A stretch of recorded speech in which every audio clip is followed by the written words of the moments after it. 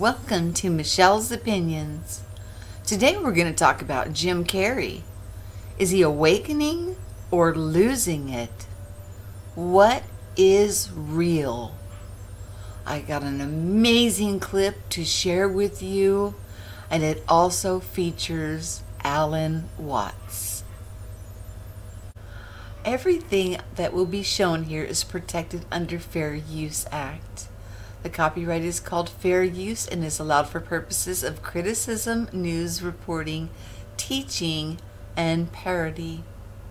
In this case, we will be looking at it for criticism and education. When the curtain goes down at the end of the drama, the hero and the villain step out hand in hand, and the audience applaud both. Because they know that the hero role and the villain role are only masks. As an actor, you play characters, and then if you go deep enough into those characters, you realize that your own character is pretty thin to begin with, you know? And then you suddenly have this separation and go, well, who's Jim Carrey? Oh, he doesn't exist, actually. And at a certain point, I realized, hey, wait a second, you know, if it's so easy to lose Jim Carrey, who the hell is Jim Carrey?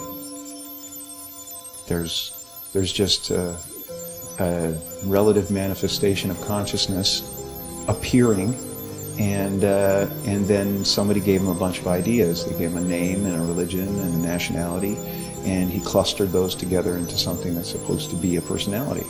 And it doesn't actually exist. And none of that stuff, if you drill down, is real. And so you see behind the stage, too, there is the green room, where after the play is over and before it begins, the masks are taken off.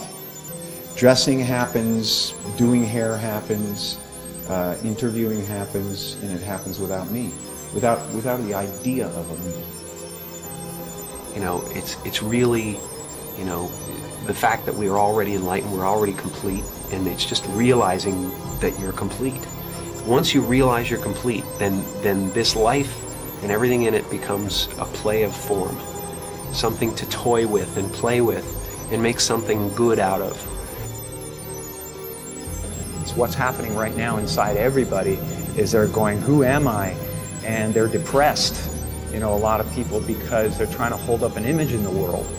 And that's what depression is. You know, people go like, oh, Jim's been depressed and stuff. Well, yeah, I was depressed when I was trying to be the Wizard of Oz instead of the sweaty guy behind the curtain. But now I know that Oz is a character, you know. Everybody walks around and they go like, why am I depressed?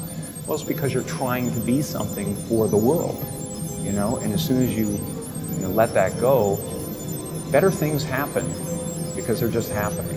And there's been a series of kind of awakenings I've had in my life, and you know, people chalk it up to depression and all that stuff. I think that, you know, grief and sadness and all those things are the ticket home to nothing. I think that was a part of the process. There's been several other awakenings, and yet still I have a lot of egoic attachments that pull my attention and focus. I think, you know, the right marriage with the right character and the right guy who's going through something is essential. And so that behind the scene, that is to say, in reality, under the surface, you are all the actor.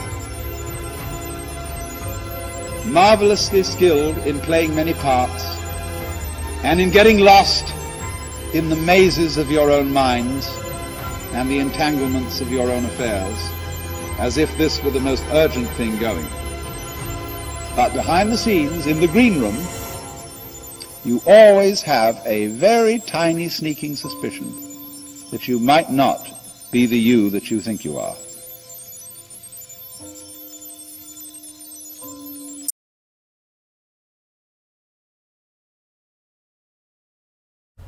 Well, there was a lot to be said in that short clip. So many of us are going through so much about understanding who and what we are. he said some very profound things that each and every one of us are going through also. I myself have not watched a television for any duration of time for years. It's basically been just watching friends on YouTube and living my life. The thing that he said about ego, well, our ego is our individuality.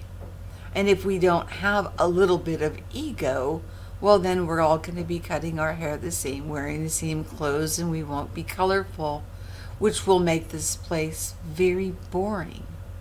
But that's not to say that we can't make this place a better place. As we're beginning to understand that we do these energetic dances, we, through thought, through speech, through our heart, our mind, we create what is going on around us. Just as he was showing himself removing stars from the sky, he was showing that we are the creators. So, many people don't know this about Mr. Carey, but when he was young, his family lived in a Volkswagen, what do they call them? A Volkswagen trailer bus type of situation. So he was homeless. He's been through quite a lot of experiences. We call him, walking through the doorways, those 1111 gateways. And as you walk through those 1111 gateways, a new awakening and a new understanding of who and what we are comes to the forefront. When he said that, he is just playing a part, and Alan Watts was talking about, being in the green room, getting prepared to play that next role. And then after the villain and the good guy, they come out from behind the scenes and they're all friends and taking their bows and getting their applause, because it is an energetic dance that we all do with one another. We learn from each other. We glean from each other. We're at a point in life now, and what I'm trying to get across here is it doesn't matter if people idolize or think that somebody is more special than them. Well, that's just so far from the truth. The truth is that we're all equals. We put ourselves into those categories. It is us that will look up or down at one another.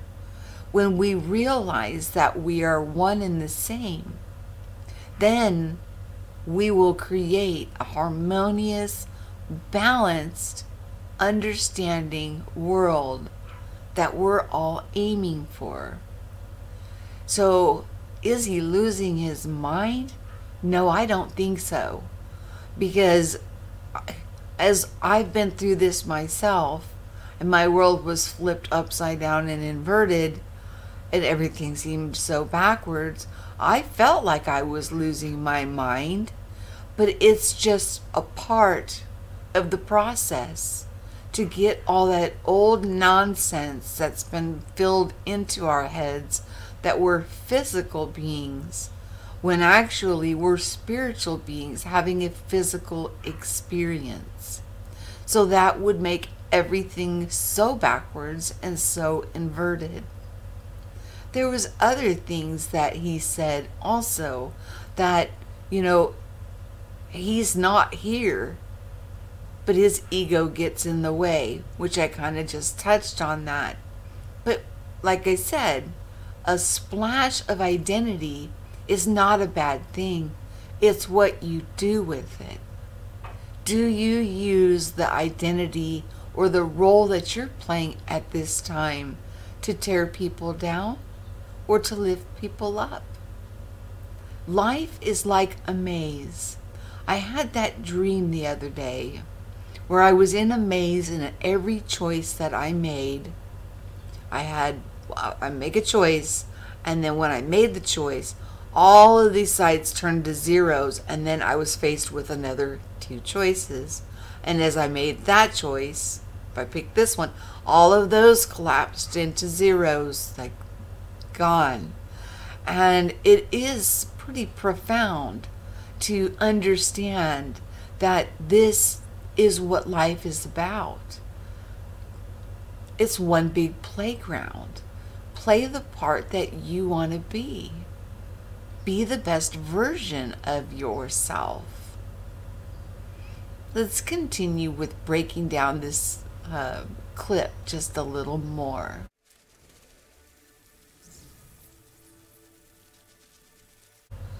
Okay, my final thoughts and my sum up of this clip I just shared. Okay, number 1, I recommend that people listen to Alan Watts, amazing philosopher. Much wisdom there to be gleaned from. Now, as for the playing roles, spot on.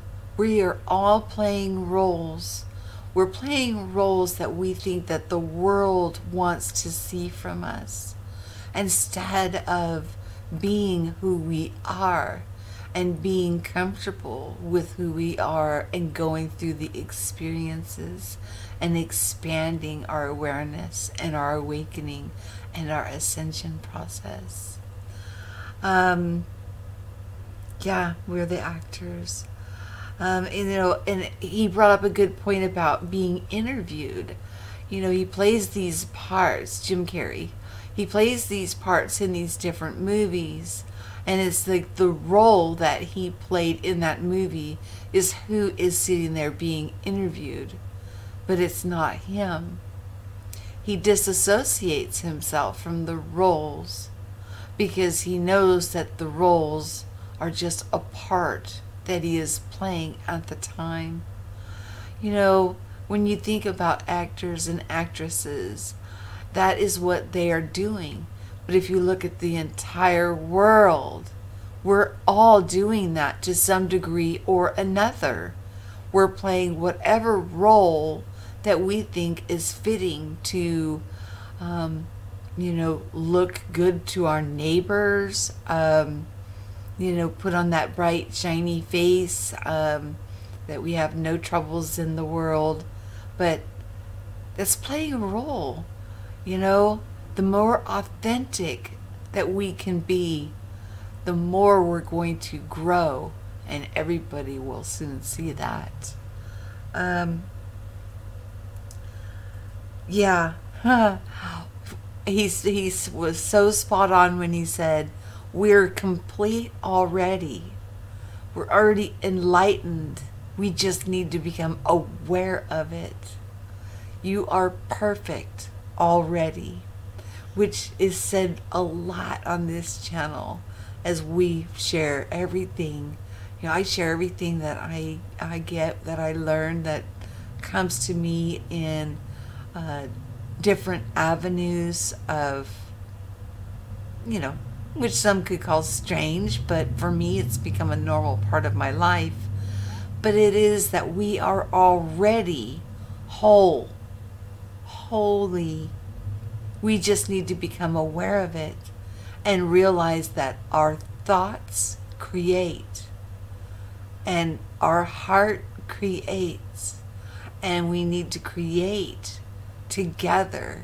We buffer one another, and it's only because we do not understand how precious and divine that one another are, and how equal everybody is.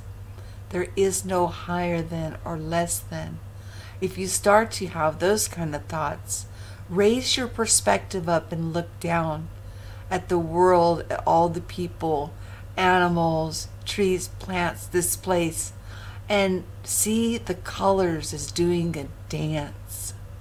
Because that's what we are, is energy. We're spirit having a physical experience, so that way we could expand and grow. Yeah, depressed people. He brought up a good point about depression. Most times, people who are depressed is because they feel they're not living up to the expectations of the world, when in truth, you're everything and you're perfect already. You know, when you've got twisting in your thought process on your identity of who and what you are, that's when these careless acts where we harm one another and do things to one another.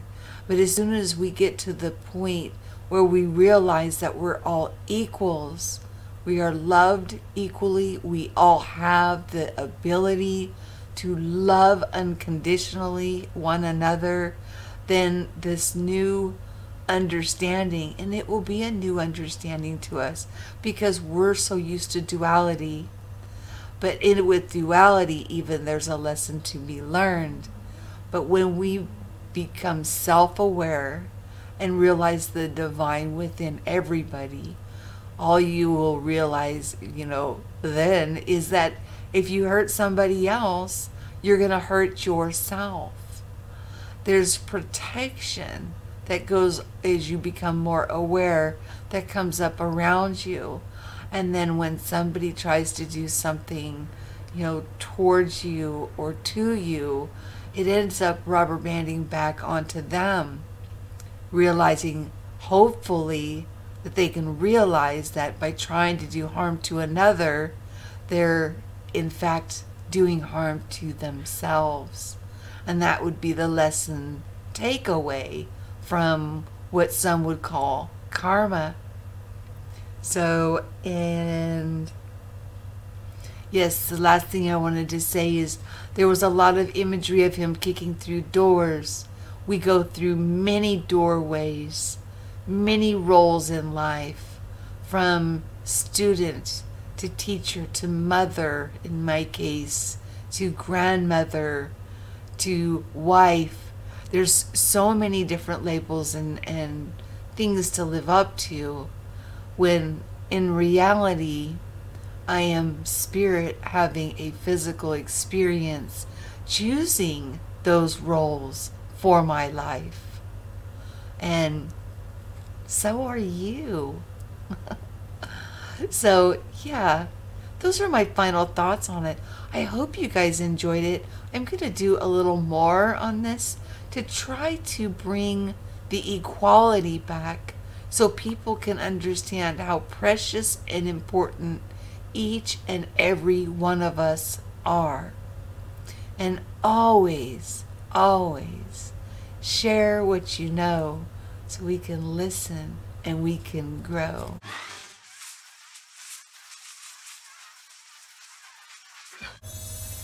Please like, share, and subscribe. Hit the bell to be notified of new postings, premieres, and live shows.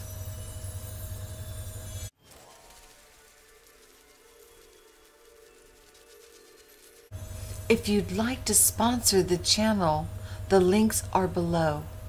I have both Patreon and PayPal. And thank you, channel supporters. Without your support to keep things going, I don't know where I would be. It's people like you and your generosity that helps the work improve and for us to be able to grow. Thank you.